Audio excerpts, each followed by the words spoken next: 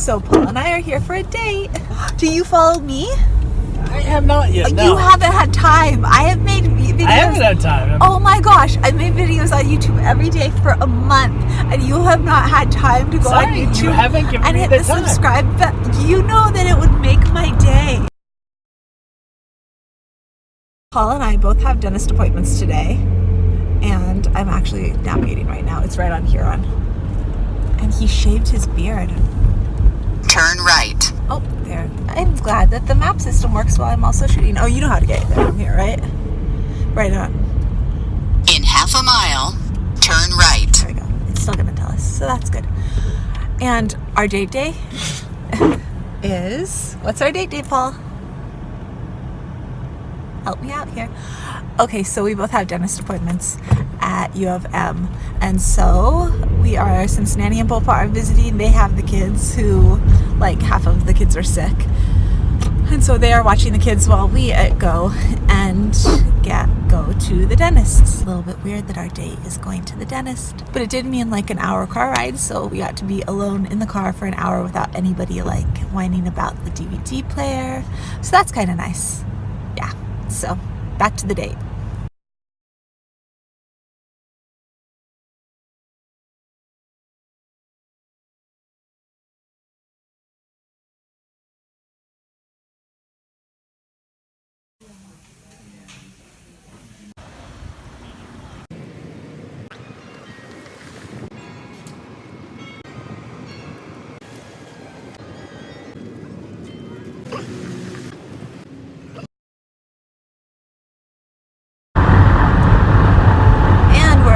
Driving in the car on our way back from our dentist appointment. Someone has agreed to talk. Is it true? It's true. You know, if you're obnoxious, I can just like cut it out. I'm going to be cutting out any obnoxiousness. Do you have any questions, or is the interview going to consist of threatening warnings? So Paul, what do you do for a living? I'm a doorman. You are not. Was for a long time. He was a doorman when I met him. He was working as a doorman when I met him. I had to send you back out to the car to get your ID because you tried getting in without it. He threw my ID on the ground. Do you remember that?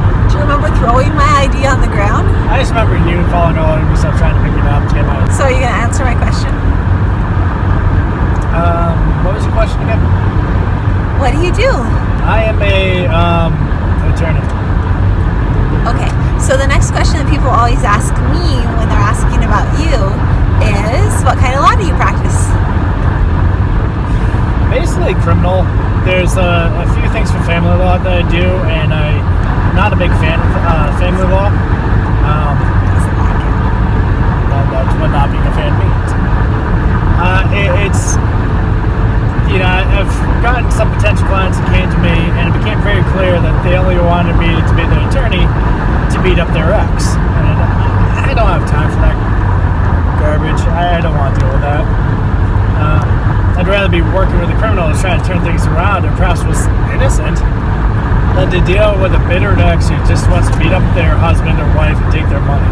I have no patience for that. Kind of says something about what family law is like, that you prefer criminal law over it. Yep. Yeah, I think it does. Did you always want a large family?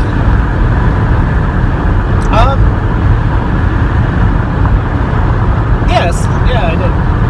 I didn't think it was going to happen, but yes, I did. And how many kids do you want now? 7. How many kids do you think you're going to have now? 5.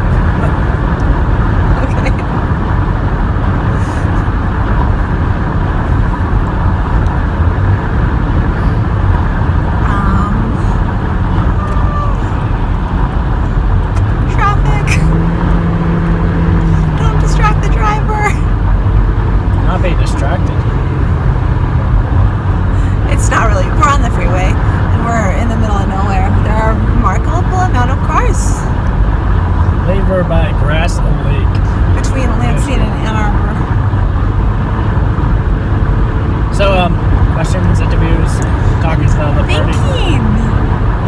suggestions? Well, since you've asked, I think I do have some suggestions I might want to Go ahead. Planning ahead before you conduct an interview might be helpful. Sometimes you write questions down, kind of run things around in your mind. Study a bit about the person you're about to interview, so you can say that you know them, and so that you don't have trouble thinking of questions to ask them. Yeah. Okay, so let me interview you. So, No, this is about you, my friend. Oh, it's about me. Yeah. Well, then ask me something. Okay, what kind of things do you like to do? Well, that's a good question.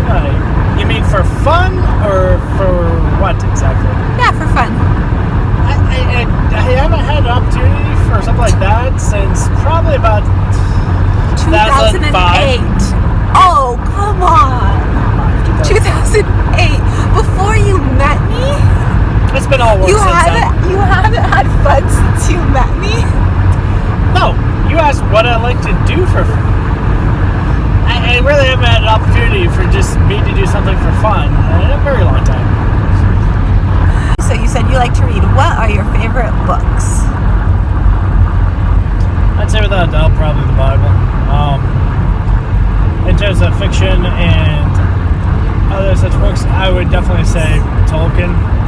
Raymond Feast is a fun read, nothing too deep. Stephen King has some really good stuff, and some of his stuff is a bit lackluster, but mostly good. I'm trying to think who else I like. Bernard Cromwell and Cornwell. I think it's Cornwell. He's really fun. Harry Potter series was fun at its place. I think Tolkien was kind of like the height for me. What's your favorite? Dickens. I do like Dickens. Yeah, what's your favorite Tolkien book? Silmarillion. And that's kind of written almost like a Bible. That's the biggest problem I have now is I don't have time. A lot of stories out there look like they'd be absolutely amazing stories I would love to read and just kind of get swept away, and I don't have time anymore. Oh. So it's sad, really. Related-ish question. This made me think of it. That made me think of law books, and then the law books made me think of. I found a huge pile of first-year notebooks from law school. Can I throw them away? What? Okay, then they need to go to the law office. Well, I'll worry about that later. Well, I mean, I don't know where they are. I don't know what books they are. They're notebooks, like your notebooks with your notes from. Let me go through them first, and I most likely will throw them away. Okay. But not without me checking them out first. I wanted to throw them away. I'm always trying to throw things away. I am. If you could live anywhere in the country, okay, and I'm going to give this with a disclaimer. It has to be outside of Michigan because we picked when we were picking where in the country to live in. We chose Michigan. If you could live anywhere in the country and it had to be outside of Michigan, where would you pick to live? That's a really good question, and it's got a really good answer, and that is, it depends. So let's just say, like, it was just me and you, and we would choose anywhere in the country to live. Money's not an option, everything else. I'd probably want to go to a coastal city, probably San Francisco or Boston. Okay. Maybe I'd want probably a coastal city, and that's assuming like no kids, no money being an option that we could afford and kind of do whatever the heck we wanted, something like that. Now, if the kids are here, I would never choose San Francisco or Boston. I wouldn't even consider it. And then, we could choose Michigan. I would definitely take a look into. What's that? I think you're going to say Arizona. There was a town in Arizona that was really cool called Williams, and that's just by the Golden, the Great Canyon. That was very cool. That's it right there. So the Grand Canyon town of Williams is very pretty, kind of that. Can we change? Old West sort of feel in a good way. That was pretty, and it's affordable. You can go out there and buy property and buy a house and not spend $1 million doing it like you would in San Francisco, California, or Massachusetts. Jeez. So that would be nice. Side note, really quick. The Midwest is also really nice. Where did we live when we first started dating? I lived in Marin County. You lived in the East Bay of California. Contra Costa County. Yep. And then we lived in far northern California. And then he went to school in San Francisco. And then we went... Well, we didn't live in San Francisco. No, we didn't. He went to school. I just commuted. Yeah, he commuted. And then we moved to Florida. And Florida, it's... Naples, it's got a couple things that really annoy me. It goes from being hardly populated at all to overpopulated, depending on the season. The weather. The weather and the traffic drove me nuts. I couldn't handle it. I'd rather be in 0-degree weather or 20-degree weather than human breaking a sweat before you even get to your car within 3 seconds stepping outside of the building. I don't know how people can live in it. I don't want to live there. It's just kind of gross to me, and I'd rather be cold than be like that. That being said, Which is why when he applied to schools, Michigan. Yep. There's several reasons why I was looking at Michigan. I definitely like the colder weather, but the less humid the weather, I tend to like that more. And that's, of course, that naturally speaks to the West Coast versus the East Coast where I grew up. What about Wisconsin? I liked Wisconsin when I drove across it. I mean, yeah, Midwest is beautiful. Wisconsin's beautiful. Michigan is. Minnesota even. Very pretty around there. So I think we'd be happy with Wisconsin as well. Yeah. People seem super friendly. It's got a lot of the same benefits that we do in Michigan. When we moved to Michigan, actually, when we came here to find a house to live in, it was the first time I'd ever been in Michigan. He got into law school and we drove across the country. We were staying in California for the summer and he was working in a courthouse in California. And he got into Michigan State and we got in the car and we drove across. As soon as his internship ended, we got in the car, and at that point I was like hugely pregnant with Patrick, and Maggie was 2 and Sadie was 4, and we drove to Michigan and our car broke down in Nebraska and we got it fixed.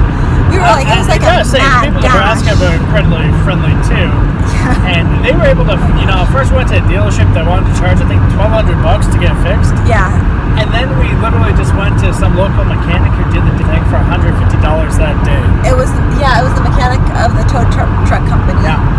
And they fixed it right there. Yeah. Really fast.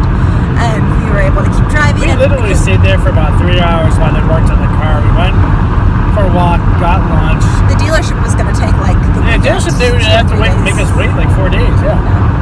And we needed to be in Michigan because we had to go down to Florida and get our stuff because our stuff was still in Florida.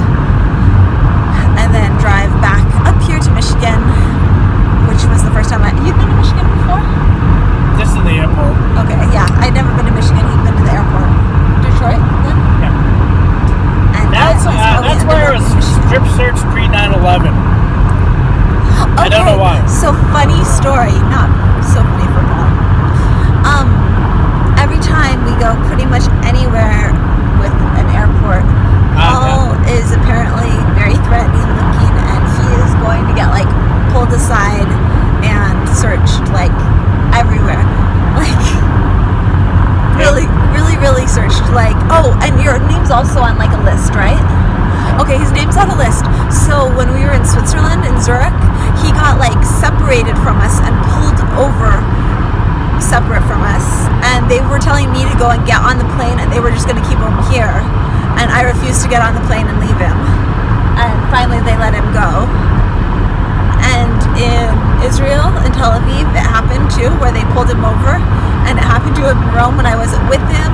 Actually, I left the flight for half an hour for that. Yeah, it happened in London where they were like, one guy is over there talking to me about my knitting and complimenting my knitting, and the other guy like pulls Paul aside and is like searching him. I got frisked. Every place we go, I shouldn't laugh. Every place we go, it's like guaranteed that they're gonna be like, ma'am, you can go through, sir, over here. Like every time. So we're talking not just like being searched, but being like pulled aside for like serious time, long periods of time, because his name's on whatever. It's on a European list, right? It's not him, obviously. No, I think it's a State Department list that they share with European countries as well. Okay, yeah, it's not him. No, it's the name. It's his name.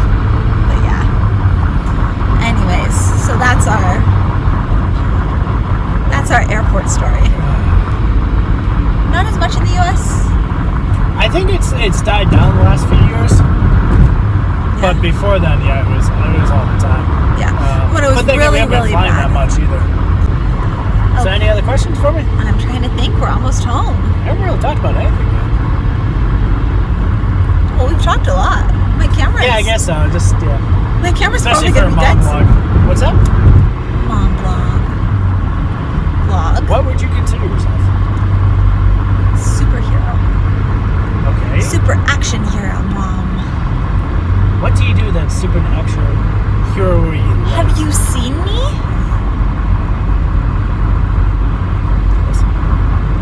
Have you seen my day?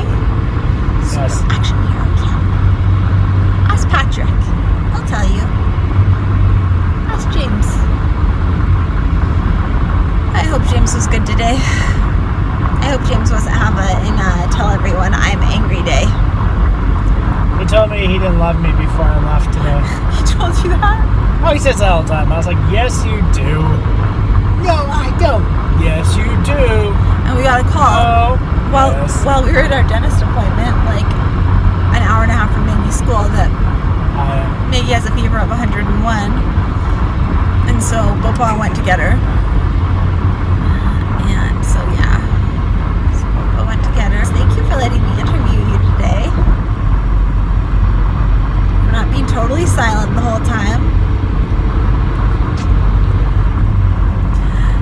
Okay. And that is our date day. You guys kind of got to accompany us on the last ride home. That went really fast. We got home fast. Yeah, I did. And signing off from Coffee and Cupcakes. If you made it to the end, press subscribe. I should say that earlier in the video. Press subscribe. No, you always save that for the end. Always. Yeah. But no, you can't tell someone like and subscribe till you get to the end of the video. You totally can. People do it all the time. They usually say it at the beginning.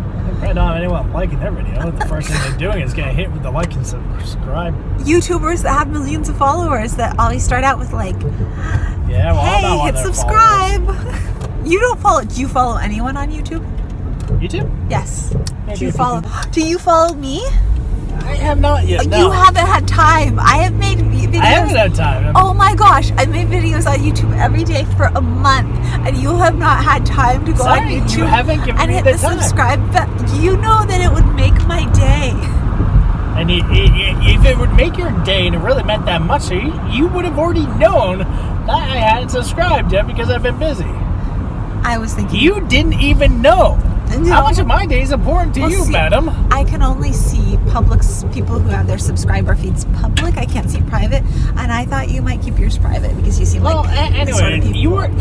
person But who we're would- never talking about this. We talk about when you can say like and subscribe, Horrible. and it's at the end. You don't do it at the beginning. That's Well, ridiculous. maybe not like, but subscribe. You can say subscribe at the beginning. What I need to figure out now how to do you can't. is have a little subscribe button in that bottom corner right there. Where is it here? Actually, I don't know how it'll be on the thing. But a little subscribe button in the corner that's there the whole time. And yeah, you can say it at the beginning. No, you can't. Do it at the beginning of this. If anyone's actually made it to the end of this video, you can tell Paul you're wrong. You can say it Well, at I'm the not beginning, wrong. you can say it at the middle, you can say it at the end. Why would you do it any other time at the end? That's when you do it. Because the thing is, You might as well most just put people up a tacky neon light, just have it flashing. most most people don't watch to the end. Most What people kind of crappy videos would they have where they wouldn't watch to the end? most people have, they say, an attention span of about 8 seconds, and like No. People viewership give falls people off credit. after maybe 4 minutes maximum. And keep it interesting. Stop putting people to sleep. You won't have that problem.